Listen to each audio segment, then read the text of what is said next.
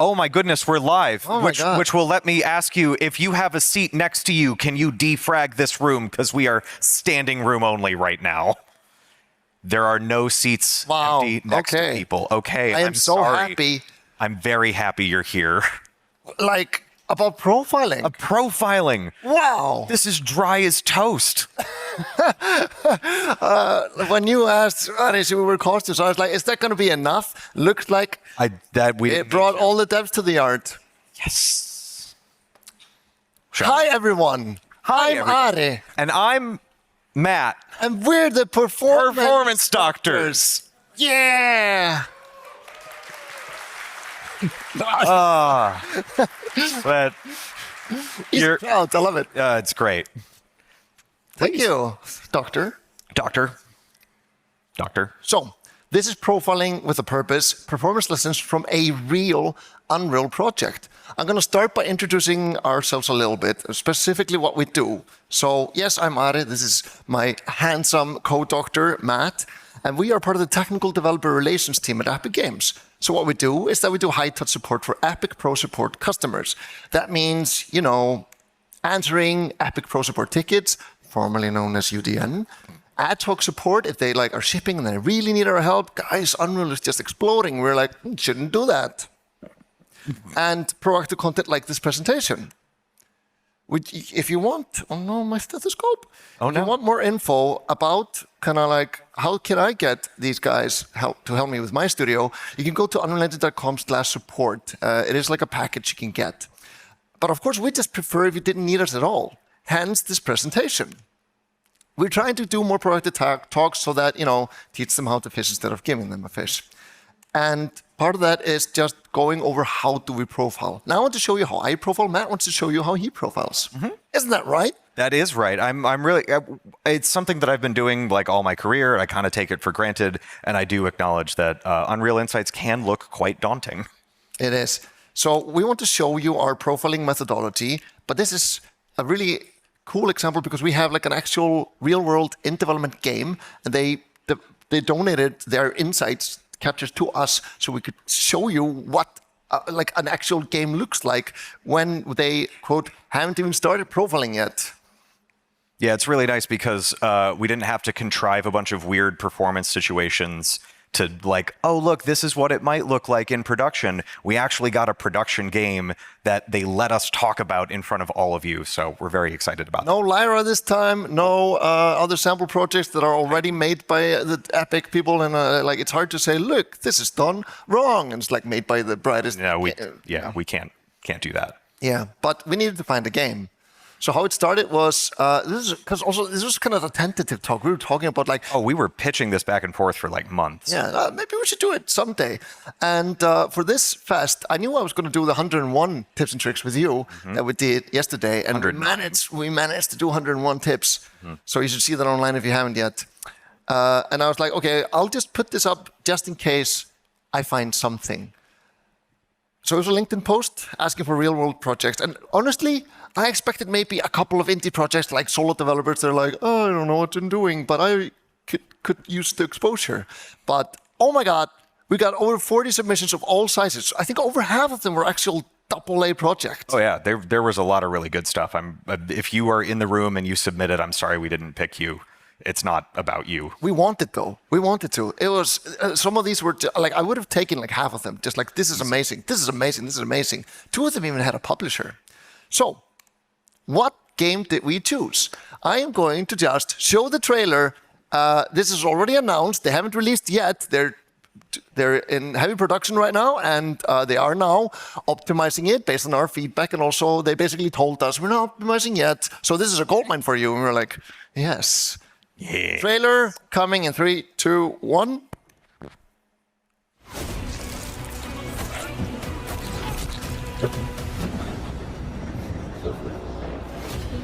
Grow strong. Prove yourself. Gunnar, have you come to start work on my smithy? This place will soon start to feel like home. We'll get a good price if there's any left alive. We are the store. A fine choice, Gunnar.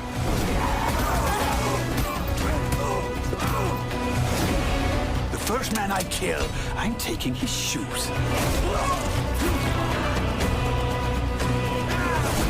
Face me if you dare! Give them iron! Give them death! By the door! They're here! No, Agrippa! We could not hold them! I'm not a doctor. Wait, I mean, I am a doctor, and I think some of these stabs were lethal. Some of that was very lethal, and that's why we had the sign out front. Yes. If you're wondering what's the M for mature, it's because of this. So everything from here on is PG-13. Totally. I might drop an F-bomb. It is Norse Oath of Blood. Oh yeah, we can now. Yeah. So this is developed by Arctic Hazard, and it is published by Tripwire Presents. It is launching late 2025 of this year, if nothing goes wrong. And actually, I like we got the Viking theme here. So this is actually made in Norway. So go Nordics, woo! Yeah. And also me being Icelandic, we got that Norse blood in us. So I'm like, oh, my people, frábært Iceland. Okay, sorry. Usually the first step we'll go is give us captures. A studio will come up to us and say, like, we need your help. And we say, something's wrong. Sorry? Yeah, it's like, something's wrong. Something's wrong. Give us captures. So we say, go to the problematic area of the game and show us this rainbow diarrhea, and we can actually digest it. So we usually ask for Unreal Insights captures for CPU side, and Matt usually covers the GPU side, where you'll ask for... Yeah, we'll do pics, Razor, render doc, all that kind of GPU capture profilers. What about this one? Oh, and also in UE 5.6, we've added a new GPU profiler that unifies all of the GPU stats between pics, Razor, Insights, Stat, GPU, all of it's together, and it shows us the compute pipe in Unreal Insights, which I'm very excited about. I don't know if Luke's talk has already happened, but I think it was the talk before this. Did anyone here go see Luke's talk? Hands up. It's about great, good. 15% of the audience. Very nice. Very nice. You know more than I do now. Sometimes we'll get a dev build. That is not common, but in this case, we're like, okay, we want to, I want to be able to dig a bit deeper. So we can do our own captures to different programs. But yeah, like I said, it's usually not needed. It's very rare. I maybe gotten it once before this because it is extra work for us. We'd rather just tell them to do the capture for us. So let's start with how do we profile Norse? Of course, the first step is just getting the build. And Arctic Hazard provided us with a Steam code for the dev build, which I actually think is quite a good way to distribute PC builds, is using like the launcher, whether that's Epic Game Store or Steam build or something like that.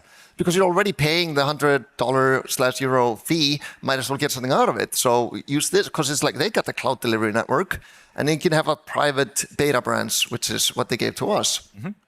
And we need to start the game. It is a development build of the game, but we need to start it and have it somehow connect to Insights. And to do that, you need to override the launch options of the game. And Steam actually allows you to do that. You can just right-click the game, go to Properties, General, Launch Options. And this allows us to set the launch parameters for profiling. And Matt will probably have some different parameters for the GPU profiling if you do that. But for CPU, these are the ones I used for Norse. The first one is the most important one. All of the other ones is something that I later on realized, okay, I need this. Okay, I need that. No, that's fine. Okay, I put it in the slides like this. Ooh, yellow. So, dash trace channel. This sets the trace channels used by Unreal Insights. If you're profiling a game, this is the only thing you need to do. Dash trace. If you do just dash trace, it will use the defaults. You're fine to start. And everything else is just quality of life that I'm going to talk about. It uses the default group by default, but you can also specify it. Like here, I say default, task. So I want all the default channels and also the task channel. The default as of Unreal 5.6 is CPU, GPU, frame, log, bookmark, screenshot, and region. We just added screenshot, for example. That was like in like 5.5 or 5.4. So this keeps changing. I'm not going to say this is what it's always going to be like. We might add some more. Yeah, just as a pro tip, you can put screenshots into traces so you don't have to just look at Rainbow Soup. You can look at like the frame that actually happened. Yeah. It's really nice. Really nice. You can like do it at important parts of the capture where you want to just give more context also. Like we're now in this mission, we're now in this screen. I also add task, which shows which tasks some threads are waiting on. And if you just have those threads, like I said, it will automatically connect to Unreal Insights frontend if it's running. Do I have it running? Can I show it to you? I think you do. I didn't. Well, let me open it quickly. I made a shortcut for it. It looks like this. there's no capture here. It will just show up here and it will say, I'm capturing. You can double click on it and it will open it. This is the Unreal Insights front end. It will already come with Unreal from the launcher, and it's just called unrealinsights.exe. It's in the Win64 folder. We don't have a shortcut for it. Make your own. But you can also launch it directly from the editor, which is easier. All right. And then... This is why I turn on the task channel. Sometimes you have wait for task, and I'm like, what is it waiting on? And you'll go through, all the threads and see, maybe it's this, maybe it's that. This just kind of does it for you. So over here, you can see that we have this task that is taking 2.6 milliseconds. It was launched over here, but it had a prerequisite that was happening over here, and then something before that happened even lower. And then in the end, these were the two tasks that kind of went if it's not done by now, we have to wait for it, which luckily didn't happen. There was a breathing room here where other things were happening. So this just makes it a lot easier to profile when it's hitches and stuff like that. It does have a little bit of overhead, so that's why it's not enabled by default. But usually when I get a capture, something is already wrong. Something is already slow. So I'm like, okay, give it to us. Speaking of when something's already wrong, stat named events. You probably heard this a lot, and you might not know exactly what it is or what it does. So what it does is it activates tracing of additional named events. And basically it shows more functions in Insights. That's it.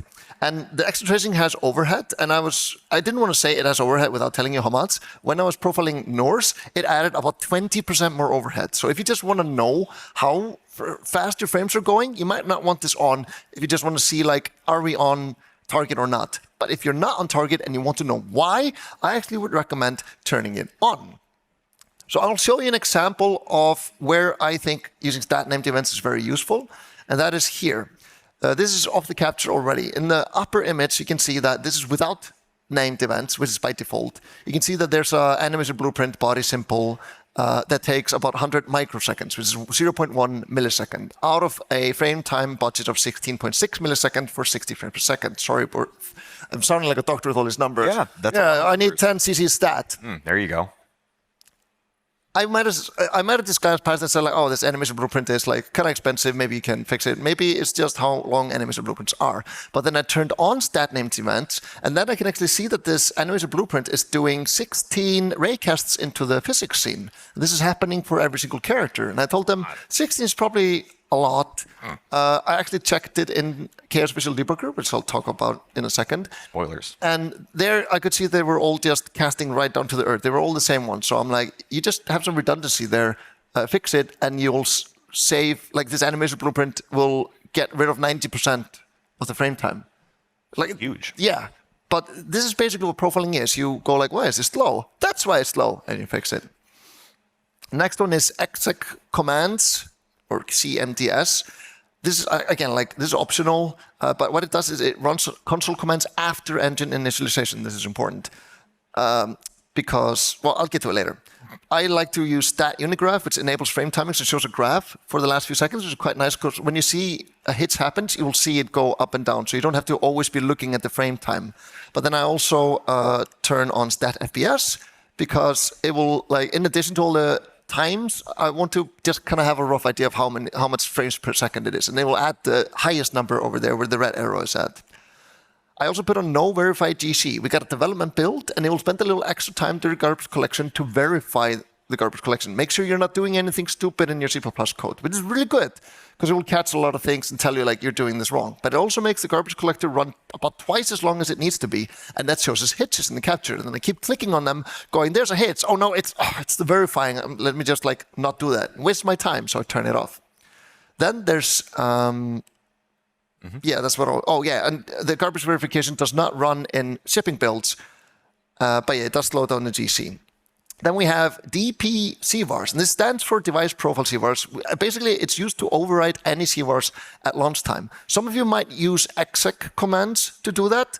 I would recommend don't do that because it overrides CVARs before engine initialization, meaning you can override read-only CVARs. Why it's called Device Profile CVARs is because that's the first team that had the need to override CVARs. So they added it. But the thing is, if you override CVARs in any way, you can override any of them. So that just became the way to override CVARs. So it could have been called just dash CVARs, but they were the first team. So now you got a little history. Isn't that fun? Science and history. Science and history, right? I, in this case, added gc.verify assumptions on full perch equals 0 because the no verify gc wasn't catching the full perch one for some reason. Don't worry. I was like, that's stupid, and I fixed it myself. That's what doctors do. And then lastly, log commands. This is for basically just setting the verbosity of any log category. And I like to turn on log garbage to set it to verbose, because now every time a garbage collection happens, which is usually a source of stutters, is that it will show detailed stats on every single phase of the garbage collector. And also, more importantly, so I can tell them off or not, it will tell us how many U objects they had. That's very hard usually to see in a capture. And if they have like 100,000 and the garbage collector is taking a while, I can tell them like, something's weird. I don't know why it's taking this long. But if they have 500,000, 1 million, or even more, I'm like, you're doing something stupid. It wasn't in this case, luckily. And do note that when you make things verbose, printing takes a while. We need to flush it to the log, we need to write it to a file, and it might, show as hitches again, but just it will show in the profiler how much time it's taking to actually print stuff. And then lastly, handle ensure percent, because they're heavily in development. They had a few ensures firing. Those are really hard to see in Insights because it doesn't show you that it's doing the stack walk and saving the dump. It took a whole second. And I was like, you have a whole second hits there. I don't know what it is. So I need to look into a sampling profiler to see what's happening. And then I was like, oh, it's just an ensure. So you can put handle ensure percent to 0 to just turn them off. Turn them off. Because I'm there to check the performance, not their stability. Default is 100%, set it to 0 to just turn them off. Okay. Recording, when I'm making a long capture and I want to give the studios a lot of feedback, I like to record them. I use OBS, which is free. And this with stat graph will show you the spike, so you can kind of like start them both. It'll be a little bit offset, but now you can correlate them with each other. I don't know. Insights team. Unreal Insights team, I'm not going to name you by name, but I would really like it if maybe a low resolution video could be embedded into the Insights capture, so I don't have to do this. Pretty please. Thank you. I will bake you a cake. Yeah. Mm-hmm. I will also want to eat that cake. Sometimes Insights isn't enough. It's using telemetry. It only tells you what we want to tell you, or what you tell it to tell you. Sorry, it tells you what we tell you, not what we want to tell you. We want to tell you everything. But sampling profilers are for where it's just not enough. And there you capture, if you just need the symbols for the executable, and it'll show you literally everything that is happening on the CPU. It will capture the entire C++ stack thousands of times per second. There are many options for Windows profilers. A lot of them are like open source and stuff like that. They're mostly using the Windows telemetry framework, but they give you different UIs. Pix for Windows is free. It's what Microsoft basically has built for game developers. Mm-hmm. My favorite, which is screenshotted here, is Superluminal. It's actually quite cheap. I just bought a personal license because I love it so much. And if you are profiling on PlayStation, Xbox, consoles, mobiles, anything, VR headsets, XR, they will usually have specific profilers from the vendors. But you can also run this alongside Insights, so you can have data from both. So when Insights has a long hits, but you don't know why, just look at the sampling profiler. This is double the overhead, so already just when you know that there are performance problems like hitches. And we are actually working on sampling in Insights. And we just released 5.7 preview, right? Preview 1, yep. And it's in beta in 5.7, so you can actually turn it on there. Okay, I think we should just start looking at the capture. Ew. Where do we even start? Like, I'm not surprised many people look at it and think like, oh my God, this is not my job. I'll let a profile, let a doctor handle it. Don't worry, you can self-diagnose. I came up with, I thought this was very clever. Okay. Web UE. I'll show you the scene that this profile is from. First, I'll show you the profile. Here we go. And like I said, it's rainbow puke. It looks very intimidating.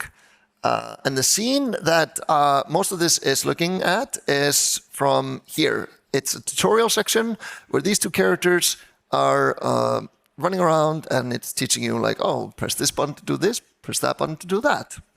Quite a simple scene. I'm now going to teach you how to start capturing. Sorry, I'm losing my voice. So, this here, this is called the frames panel. And it has a lot of lines. It might not look like it, but if you zoom in with the scroll wheel, you can see these are actually columns like this. And it's a bar graph. Yeah, it's a bar. And every single one of these represents one frame in your game. So it's kind of like a timeline, but each bar, instead of representing like a set amount of time, it represents one frame. One frame can be like some milliseconds, even some seconds, even a minute. Like you can have one line that's like multiple minutes, and it will go up and into the sky. There are some lines over here. I don't know if you can see them. Can I make this? There's supposed to be lines from here. Yeah, why aren't I seeing them? Someone changed this. Okay. 16 milliseconds, 0.6 is 66666 is what you need to be under if you want to keep your game 60 frames per second or faster. Frame time of 33 is if you want to keep your game at 30 frames per second. So actually, I would personally recommend 60 frames. Yeah? Do you concur, Doctor? I concur. Concurred. Okay. If it goes over the red line, it's generally considered a frame drop or a hitch. Here you can see every single line that goes over is a frame drop or a hitch. And how I look at a capture is that also you can hold shift and scroll and it will like zoom in and out. So you can see some of these are like, here's one like really long, it's 10 seconds. Okay. And what I like to do is that I like to just click around. So here is a line that is too slow. I click it and it's showing me the frame. And I'm just going to scroll in here. Scroll in, scroll in, scroll in, scroll in. Scroll in, scroll in, scroll in. Yeah. You can see it's a little bit offset. I'll show you why. I'm going to click Other and Frame Track, or click R. And it's going to show you that it actually, if I click this again, it actually highlighted the rendering frame instead of the game frame. I usually focus on the CPU, so I'm going to right-click here and just turn off rendering frames. It's going to look similar. Oh. Why wasn't that in the tips and tricks talk? I didn't want to spoil it. So here, you can see that I clicked it now, and it will show you the frame time. It's the same as just clicking here and pressing Enter. It will select that time period. Now we know what the frame track does, and now here in the timing view, go away. This is also a time graph. It goes from left to right, show you every single function that was called. Like here in the base was engine loop tick. It's always running. But that function calls frame, and it starts at the beginning of it and ends at the same time. So the deeper we go, that's basically the functions they're calling. And then we have like from left to right how long it took. So here you can see world tick time. It first has a tick time here. This is actually the pre-physics and during physics. And then we have like blueprint latent actions and game thread tickable time. So basically, world tick time is calling these functions in a row. First tick time, then this one, then this one. How much time do I have left? Let me. Oh, good. Okay. We'll be okay. Yeah, 12. Yeah. I'm fine on time. I got 20 more minutes. We can just start scrolling in and see, like here, like usually what takes a lot of time is some things are ticking. And you can see here, pre-physics is taking 32.4 milliseconds. And it should be taking this much time. 16.6 milliseconds, then we'd be running at 60 frames per second. But luckily, we can just look into it and see what's happening. Remember, this is a hit, so this is not happening every single frame. So we see a lot of things are happening here. Let's scroll in more. We can see, let's go for the lowest hanging fruits first, the ones that are taking the biggest blocks. We can see that there's character movement components happening, but there's quite a few of them. Remember, there's only 2 characters in the scene. So I asked the team, why are there so many character components happening? And they said, oh, apparently there are other battles later on where you can meet enemies and they're just being simulated. So this is a super easy fix. I just told them, well, don't simulate them when they're not in the camera view. And they're like, easy, because they always have basically a checkpoint when the tutorial mission ends and the next one starts. Oh. So being able to just cut off this many is already saving us, 2 milliseconds. It means we're only spending half a millisecond instead of 2.5. Easy fix. You just have to see it, look at it. what's next? We can go here. We have some skeletal mesh components. Oh, these were your ray casts, weren't they? Exactly. So here we have 2 characters, and they're doing the 16 raycasts. And actually, let me see, didn't we have more of them? Like, if I double-click this, it's going to highlight them. So you can see elsewhere where they're happening. So here you can see they're here, and they're here. That's quite a lot of them. Let's see. One thing I really like doing in Insights is selecting time period, for example, 1 frame. And then if you just click once on a function, it will show you here, in this time period that you have, the blue, the 75 milliseconds, how many times it was called. So I can tell the team, you have 500 raycasts into the physics in a single frame. It's a lot. It's a lot. It's a lot. It's terminal, Doctor. I believe it's an acute condition. Did you just call me cute? Anyways, 222 microseconds inclusive time and then exclusive. So yeah, and also remember that there's also overhead like between them. So there's a little overhead like getting in and getting out and just blueprints and stuff. So easy way to get this rid of. And I just tell them that, and they just go like, "Oh yeah, of course. Like we should have seen this." Now you know it. So what's next? Okay, we go to the next slow game frame. Here we can see that there's set gender being called on 120. Oh, well, it's happening twice. So we can, let's just do,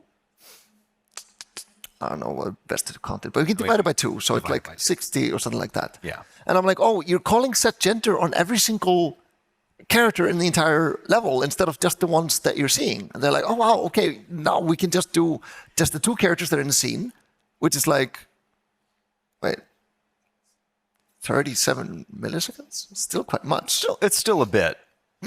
Well, so we can cut the frame time by this much, but it's still a really long frame. So now actually next thing we need to look into is, why is this taking so much frame time? We can see here that it's taking the skeletal mesh component as soon as you're setting some animation on it. And sometimes that can be deferred because by default, Unreal, when it's taking skeletal mesh animations, they will do it on a worker thread. Asynchronous. It's not going to hit the game thread. But whenever you, for example, spawn an actor or change the animation, it might do it immediately so that you can see it immediately in the frame where you triggered it. And you don't often need that. You're setting these like during a fade in or fade out, stuff like that. And then I would just say, like, there's a property, which I mentioned in my great hits hunt, called tick skeletal animation Defer on actor construction or something like that. Oh, yeah. You can turn it off. So you can do that. Go to the great hits hunt presentation to see that, more about that. So, we can then cut it in half. And then also, like, this animation blueprint head takes 5.1 milliseconds. I actually did ask them about that. And they told us, oh, yeah, because we're using MetaHuman. And I was just like, okay, maybe MetaHuman is just that expensive. But then after that, I was like, wait a minute. They might be using MetaHuman LOD 0. Oh. Why should they not do that? Well, if we go back to the frame, if you'll allow me, Doctor, if we go back to the frame, we don't necessarily need to be using the LOD 0 head for the characters that take up a 128th or even a 256th of the frame. They're quite small, so we could probably use a lower LOD or higher LOD of the head, so we don't have to initialize their big, heavy, expensive version until we get into the cinematic that I'll be talking about after this. Thank you, Doctor. Yep. Also, I asked the MetaHuman team, and they told us, MetaHuman LOD 0 is actually made for like virtual production and Hollywood. So I'm like, for games, they actually do recommend going with at most LOD 1, and then just aggressively load down, and then you have fewer bones in the face and less work to do. Yeah. As a doctor, I usually don't recommend taking bones out of faces, but in this case, might help. I'm sorry. I think that's plastic surgery. Yeah, well, okay. Not my department. Yeah. There's 2 more things I want to point out before I yield, Doctor. And one of them is here. You can see that, this is easy. We can see everything's happening in a frame, and then we just fix it. And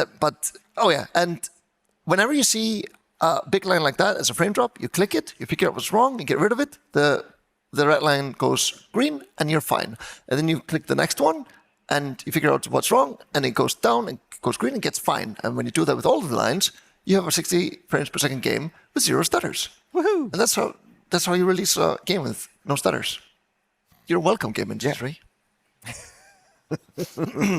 I just said that so I could clip it for like LinkedIn and say it on its own. Yeah.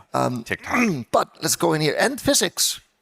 What can we do about that? This is not our fault. This is the end fault. It's being slow. And it's like here, waiting for tasks. Sometimes when you click on it, it's not going to show anything, but just click on the next task because that's usually lined up from it.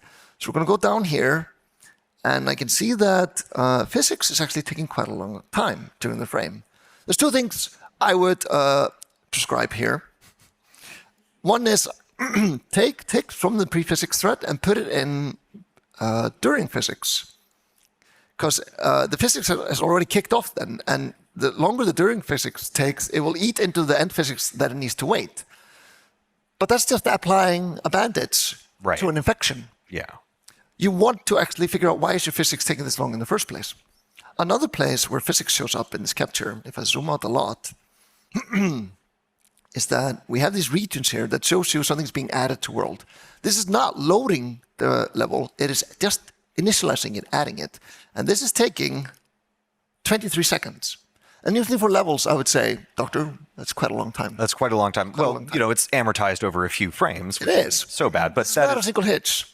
But that's like, hey, we have a world partition cell, and it took 23 seconds to fully stream in that whole cell, which is too long. Yeah. In our case, you can see here also I selected this time. You can see it in the frames you hear the white section. Sorry, no, that's when I zoom in and out. So if I zoom in, you can see here, like this is this section. So now I'm going to zoom into a single frame, see what's happening.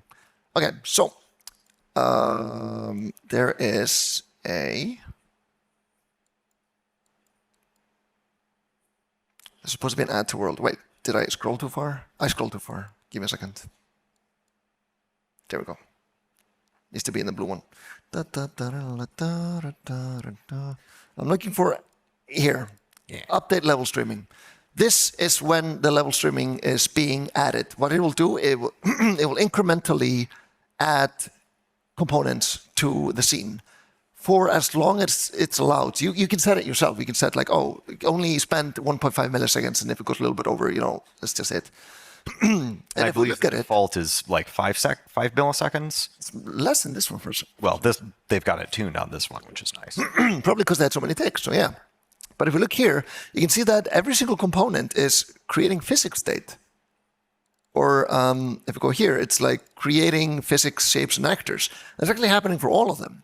And I think 90% of the frame time, like if we can also do double click up to level streaming, zoom out a bit, and we can see the fat ones. Like, oh, there's a really fat one. That's true. This one's taking 28 milliseconds. That is way over the frame limit. Yeah. How does it do that, Ari? Why is that happening? That is because the component updating does batches of like 3 or 4 components at a time. You can set that before checking the time. And then here, the reason is they have instant static mesh components that are just taking too long each. This is just because they have just too many instances, each of them with physics. So here we can see 26 milliseconds just being spent on adding physics. Speaking of physics, we need to look into physics, which brings me into the next point, which is the chaos visual debugger. This is the hidden world inside the body of the game. The bones, if you will. The bones, yes. You can actually view that with an X-ray called chaos visual debugger.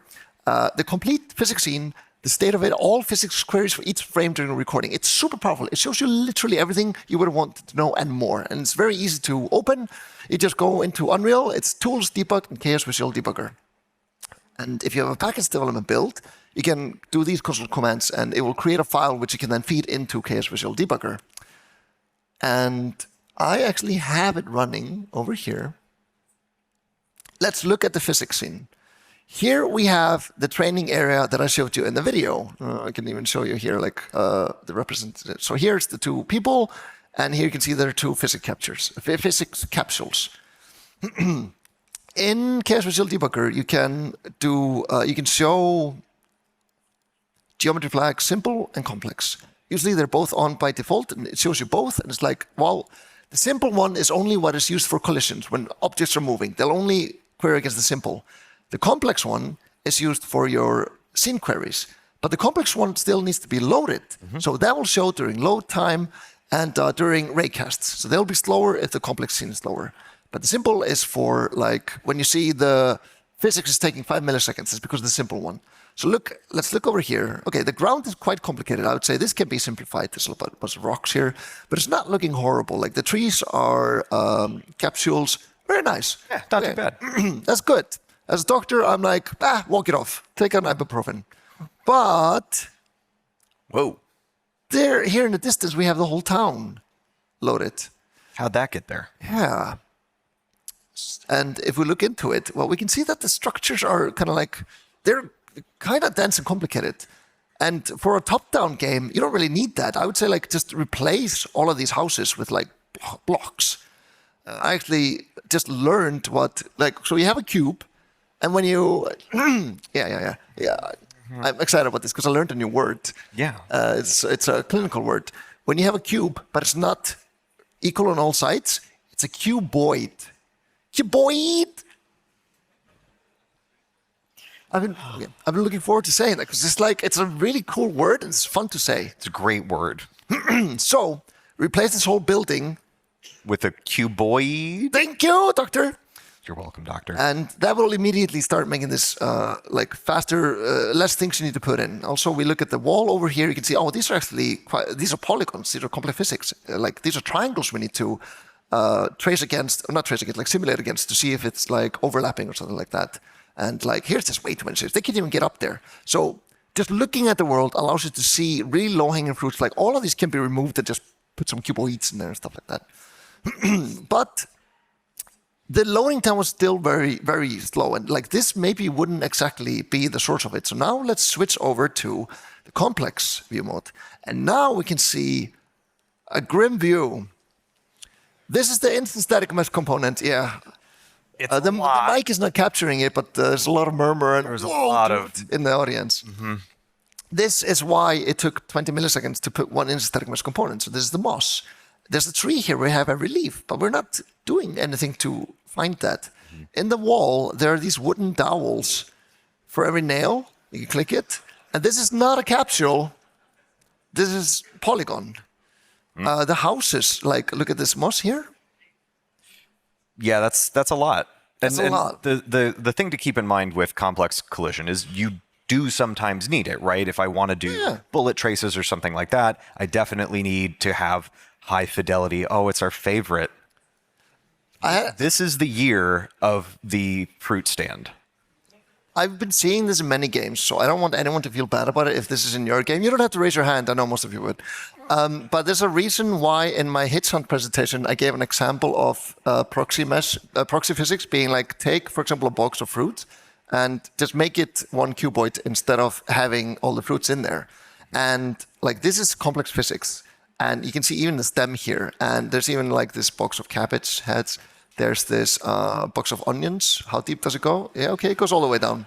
And the complex fission, the complex collision mesh is created from the LOD chain of your static mesh. And if you've got nanite in your scene, or if you're using nanite, you have fallback meshes. You do still need to set the number of LODs and let it auto-generate. Otherwise, you could end up with your whole nanite mesh being complex collision, which is very, very expensive, both in terms of memory. You might think, oh my God, this is going to be so much work to fix. How have they done all of this so inefficiently? But I don't want to knock them down because A, this is very common, because B, this is the default workflow in Unreal. Every single mesh has complex physics and simple physics enabled by default. And if you don't manually set the complex physics, it's going to use the highest LD or the mesh itself if you're not using nanite. And the easiest way to get around this is going into your project settings and use the default physics profile to be use simple as complex. Yes. Then all of this will disappear. And it's just one single setting that didn't enable, and this is how much it's costing them. So just now by taking that one ibuprofen, all of this is gonna go away, and then they can start optimizing the simple physics. So this was fun, and also, but you notice there's some blue things here also. Those are non-static geometry, and when those are loaded in, they actually check for overlaps by default. And you don't. The overlaps checking, that's not for us. Engine doesn't require it. That's for you, in case you want to listen to that event and react to it. So, well, number one, just make it static. We skip it. Number two is that you can turn off overlaps for non-static objects. Oh, here's a tree with every leaf. And we can also go to the tutorial area. Very complicated. Ay, caramba. So, okay, now this is explaining. Luckily, like I said, simple fix. Now they know, and they can fix it. I think that's it for me. Great. So I'm looking forward to talking about GPU profiling, if you'll allow me. Doctor. So I am a tech artist. I love looking at graphics, GPU profiling, and it can also be as daunting, if not more daunting, than using Unreal Insights. And so I want to show you what that looked like. Unfortunately, I don't have a live example, so we're going to go through some PowerPoint slides. So GPU capture profilers is what we're going to look at. They capture a single frame from the GPU and all of the resources and instructions that was needed by the GPU to render that frame, and we can play it back. There's timelines and really, really, really deep inspection. As a tech artist, I don't need to get super duper deep, but it's going to give me more information about what was rendered in the frame than Unreal Insights, right? Unreal Insights is kind of giving me the high level passes. This is going to show me every single thing. There are a bunch of platform-specific options for this, including, so for Windows, we might use something like RenderDoc or WinPix. On PlayStation, you'd be using something called Razor. Xbox, you'd be using Pix again. Android, something like NVIDIA Insights. These are all some of the different options. So let's talk about the setup that I had for GPU profiling, because I needed to do this on an Xbox Series X because our workstations that we use are not representative of commercial hardware. They're very powerful, which is great. So I really like doing GPU profiling on a platform, a dev kit, target hardware, so that I can kind of know how things are actually going to perform out in the real world. I was using a development build because that's going to give me all the information that I need. I was running it at 4K because we're all running at 4K these days, and I was using Pix for that. So let's take a look at Pix real quick. You pop it open, there's not a lot here, but you have to connect to the dev kit. So when you connect to the dev kit, you go, all right, let me connect to that Xbox that is connected to my computer, and it's going to bring up this window. So I've already got the game up and running. I used remote viewer to get to the point that I needed to, and then I just hit this GPU capture option, which brings me to this, which is fine, but I don't have a whole lot of information here. What I need to do is replay that frame on the Xbox with all of the bells and whistles hooked up to it to give me all of the juicy details. So I click that button there and it runs, and now I have my own timeline view. Oh, this is one frame. So what we're looking at here is the compute pipe down here, and we're looking at the main pipe up top. And then what I can see here is the EOP to EOP duration in nanoseconds. And I can see that took 29,800,862 nanoseconds to render that frame. That's how much time it took the GPU to do all of this work. So that's about 30 milliseconds.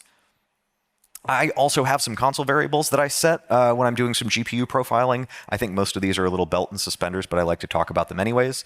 The first is r.rhi set GPU capture options 1, which does a few different things. It adds draw events. It enables show material draw events so that you can see like the name of the material in the GPU profiler. This is also really important if you're on 5.4 and below, you need to explicitly enable r.nanite.show mesh draw events so that you get the names of the nanite shading bins as well. And it's also going to do r.rdg events 3, so we get all of the event and pass names. I think sometimes we have a way to detect if we're doing a GPU capture and enable this automatically. This does have some overhead, much like stat named events.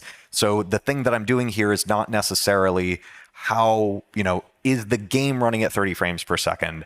I want to figure out what's taking the most amount of time. I need a little bit of extra information. And you're still able to profile without these, right? Yes, yeah, you absolutely can, but this next one is really important because on our modern consoles, we have dynamic resolution.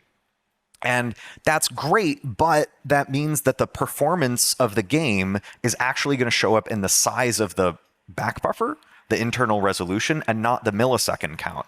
So if I have dynamic resolution turned on, I'm always going to get a little close to 30 milliseconds, which isn't quite what we want. So I want to see those millisecond times.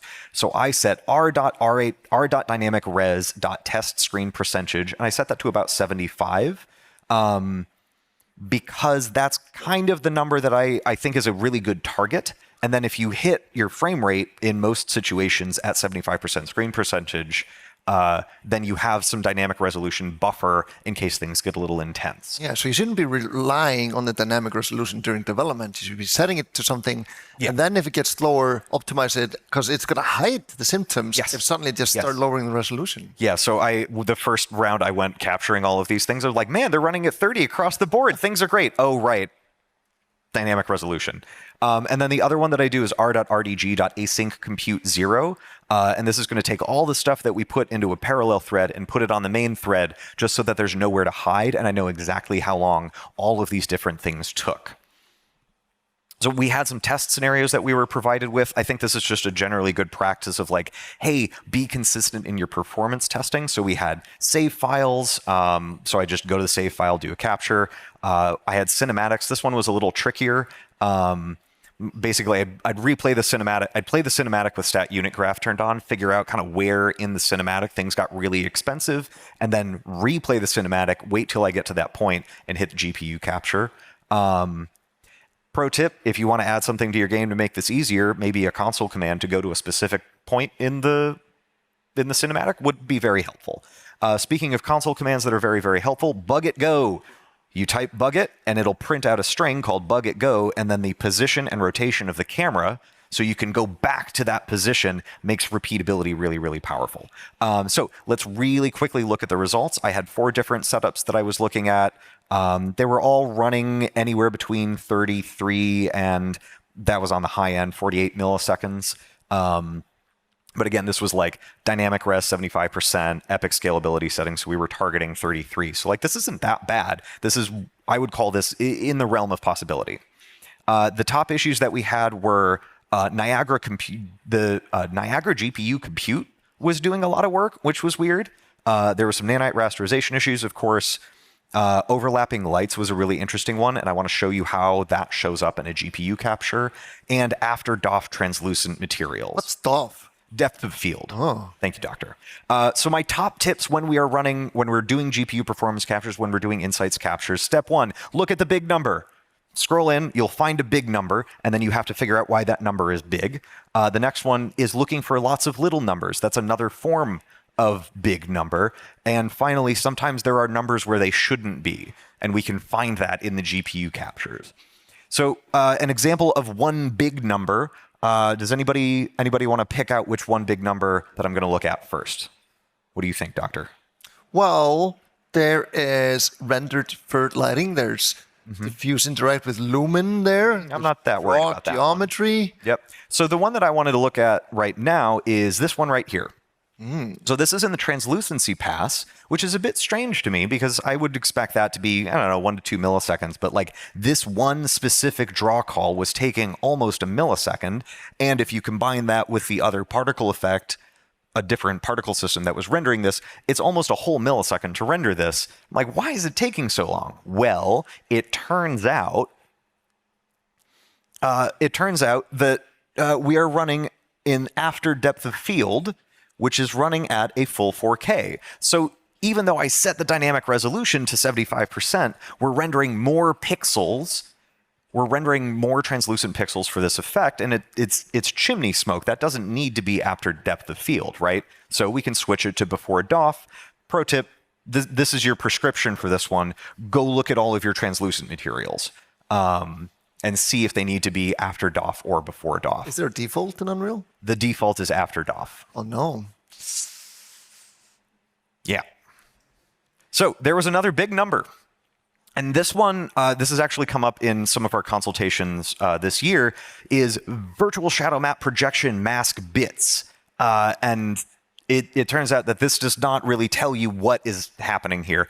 And it's actually, this number is the number of lights that were affecting the number of pixels. So if you have a lot of overlapping lights, overlapping shadow casting lights, that's how you're going to find it, is this number. So when you go into Pix, one of the deep introspection things that you can do is get it to rerun the vertex shader. So the vertex shader of a spotlight is going to give you the cone of the spotlight. So you can click onto the draw call, click into the resources, click on that vertex shader, and you're like, oh, that's a perfectly normal sized light.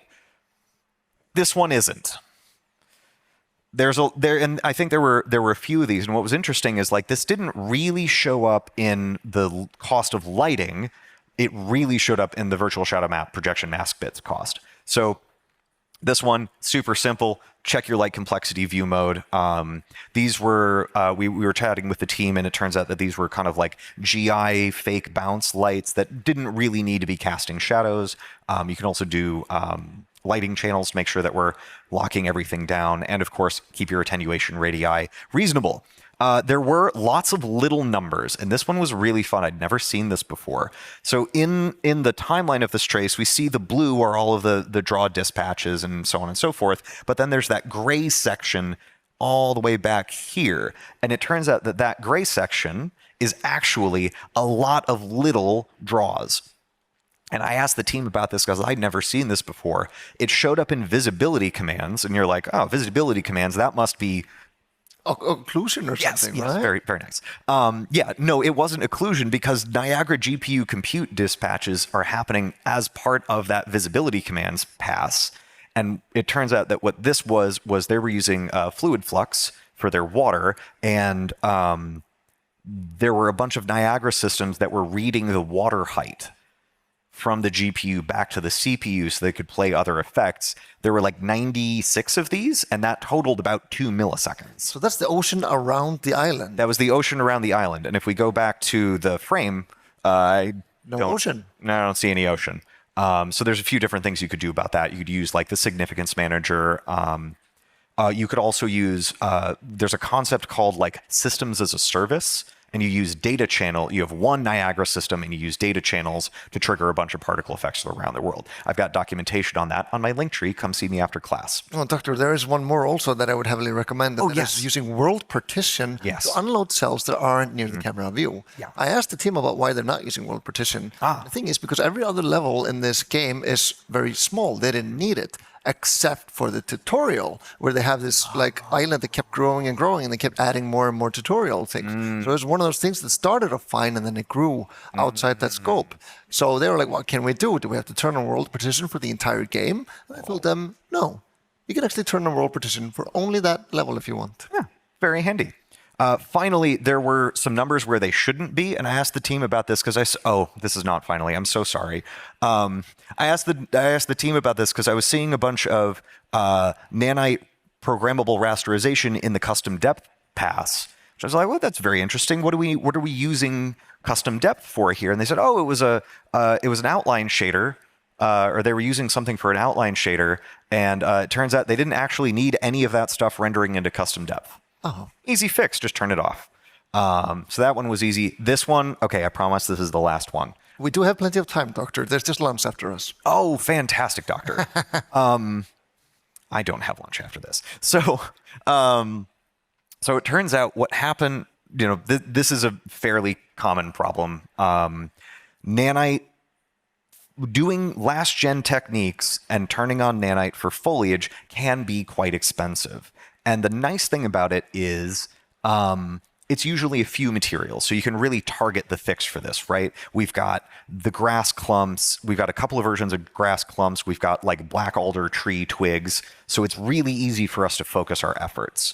And this is going to show up in Nanite Viz Buffer. It's also going to show up in custom depth, and it's going to show up in shadow depths. So anything we can do to affect one of these materials is going to have added benefits throughout the frame. Now, here's the thing about foliage rasterization. Rasterizing masked materials with nanite is really expensive, and it doesn't turn off. So like if you use fully opaque trees and you have WPO disable distance, eventually your trees fall back to fixed function rasterization, which is really, really fast. But masked materials means you can never fall back to fixed function because it's also programmable rasterization. So the good news is we've added a checkbox. Oh. Checkbox for everything. There's a checkbox for everything. So what we've heard from some of our licensees, people who have already implemented this, is we think the best way to do the Simon Barrel nanite foliage, if we just have a few things, if we're doing last gen techniques, we closely crop our masked materials around the shape of our leaf. And then we use the pixel programmable disable distance to turn that masked material into an opaque material at a certain distance. Because it turns out that if I've got the shape of this leaf and I take the shape of that leaf and then I zoom really, really far out, I bet nobody in the back of the room knew that I changed the slide. So you use that pixel programmable disable distance to switch to the opaque version of the leaf, which is the rough shape of the leaf once you can't tell the difference, right? Super handy. And then, so we might have polygons that look like this, which is very, very handy. And then, of course, we're going to do our WPO disable distances, and we're going to keep our world position offset calculations as cheap as humanly possible.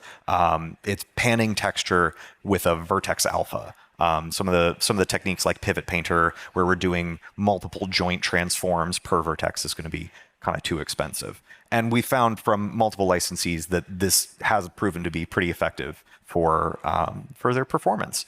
And I think that is all I had in my chart, Doctor. Shall we do the group selfie? Yes, that's a good one. I am so glad that so many of you, we filled the room, are all here just wanting to know how to profile your games and make them better.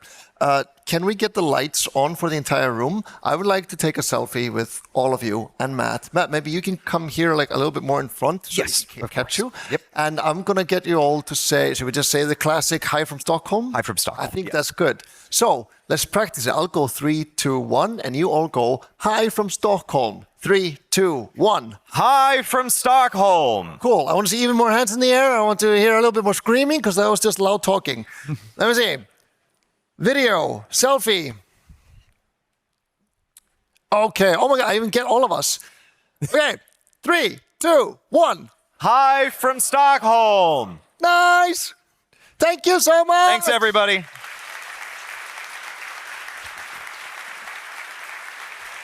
Good job, Doctor. Good job, Doctor. I will mark this as case closed. Case closed.